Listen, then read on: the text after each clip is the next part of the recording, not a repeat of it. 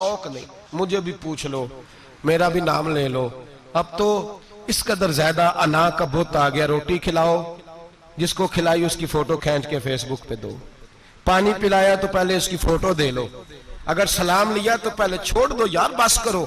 ये अना के बुत बना लिया हम लोगों। किस चक्कर में पड़ गई है दुनिया। एक गरीब को 2, 4, 5 रुपए क्या दे दिए, एक आटे का थैले का दे दिया, 4 अखबारों में खबर दे दी, ये आजी है, ये तरीका है।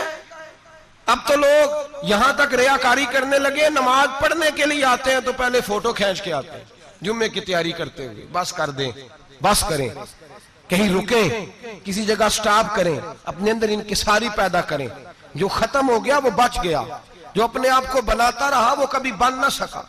बचा वही जो रब की बारगाह में मिट गया। हमारी तो उम्र गुजर गई है अपने आप को तामीर करते, सारी जिंदगी गुजर गई। मेरा भी नाम लो, 30 साल में रह के आया हूं जी सऊदी अरब के फलाने मोहल्ले में, किसी से मेरा नाम पूछोगे तो पहुंच जाओगे। क्या होते थे आप वहां, क्या नाम पूछे?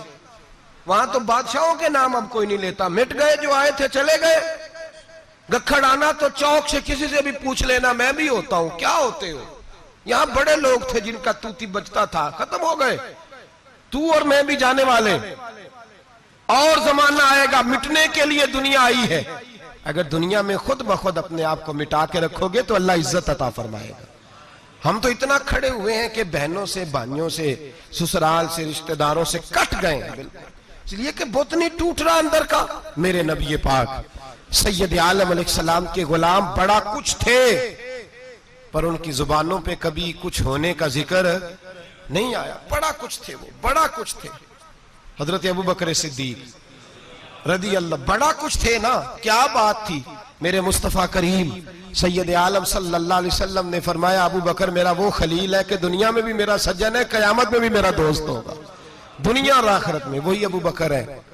मोहल्ले में 7 गरीब बच्चियां रहती हैं, वो कहती हैं हमारी बकरियां, बाप फौत हो गया, बकरियों का दूध धो दो। तो अबू बकर सिद्दीक बकरियों का दूध धोने चले जाते हैं, उनके घर का काम काज करके आते हैं। सैयदना उमर फारूक, मेरे नबी पाक अलैहिस्सलाम ने फरमाया, फरिश्ते 950 साल मेरे उम्र की शान बयान करें तो खत्म नहीं हो सकती। इतना बड़ा शख्स उमर फारूक, इतना बड़ा आदमी। एक दिन ऐलान किया उमर फारूक ने, लोगों मस्जिद में आओ, बात करनी है। अमीरुल मोमिनीन का पैगाम है, सारे मस्जिद में आ जाए।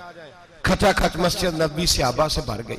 और ऐसा जब ऐलान होता था तो सहाबा दौड़ के आते थे, शायद को जंग है, शायद किसी ने हमला कर दिया है, शायद कोई नई बात है। दौड़े आए लोग, मस्जिद नबी खचाखच भर गई। सैयदना फारूक आजम रदी अल्लाह तआला अन्हु मिंबर पे बैठे, हजरत अब्दुर रहमान इब्ने औफ रदी अल्लाह तआला अन्हु फरमाते हैं कि सहाबा तजस्सुस के देख रहे हैं कि पता नहीं किसी तरफ से पैगाम नहीं आ गया, कोई काफिर हमला नहीं करने लगा, अल्लाह जाने क्या हुआ है, बड़ी परेशानी है। उमर बैठे, अल्लाह की हम्द की, नबी पाक सल्लल्लाहु अलैहि वसल्लम पर दुरूद पढ़ा, और फिर उमर फारूक बोले, फरमाने लगे, मैं जब मक्के में रहता था ना तो कभी घर में कहत आ जाता था, कभी कहत आता था घर में, बकरियों के दूध खुश्क हो जाते थे, गंदम नहीं मिलती थी, पानी नहीं होता था। तो फरमाया मेरी अम्मा मुझे खाला के घर भेज देती थी। कबीला बनु मखजूम, उस कबीले में मेरी खाला की शादी हुई थी, तो वो मालदार लोग थे, उनके पास ज्यादा बकरियां, ज्यादा ऊंट, ज्यादा गायें, ज्यादा खेत थे। हजरत उमर फारूक फरमाने लगे, मैं उनके घर जाता तो मेरे खालू समझ जाते कि उमर को इसलिए भेजा गया है कि कहत आ गया है। फरमाते हैं वो मुझे सवेरे बकरियां चराने ले जाते, शाम तक मैं उनकी बकरियां चराता। अमीरुल मोमिनीन उमर, एक तरफ मसला यह है कि कैसर और किसरा की दीवारें हिल रही है उमर के नारों से, और इधर उमर मिंबर पे बैठ के खुतबे दे रहे हैं। फरमाते मैं बकरियां चराता, शाम तक खाला के घर जाके मजदूरी करता, और फरमाते शाम होती तो एक मुट्ठी किशमिश मुझे देते वो। आप फरमाते मैं बड़े कद वाला था, एक मुट्ठी किशमिश मिलती है, कभी एक मुट्ठी खजूरें, मैं शाम को खा के सो जाता। कई महीने यूं ही गुजरते तो मेरी अम्मा का पैगाम आता कि हालात सही हो गए, मेरे बेटे को भेज दो। ये बात कही, हजरत उमर रोने लगे और फिर कहने लगे, अब वो वक्त आया है कि लोग मुझे अमीरुल मोमिनीन उमर कह के पुकारते हैं। बस ये 2 बातें की। उमर ने कहा, चलो जोहर का वक्त हो गया, अजान पढ़ो, उठो नमाज पढ़े, उठो। अजान हुई, इकामत हुई, जनाब उमर ने नमाज पढ़ाई।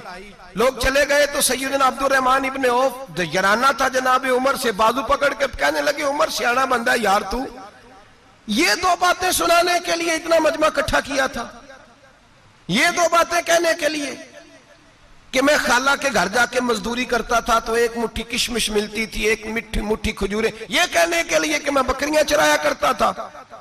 तो हजरत उमर फारूक रदी अल्लाह ताला अन्हु फिर रोए, फिर आंखों में आंसू आए। कहने लगे, अब्दुल रहमान आज ना मिस्र शाम से कुछ लोग आए थे और वो बता रहे थे कि उमर तेरा डंका वहां भी बड़ा बजता है।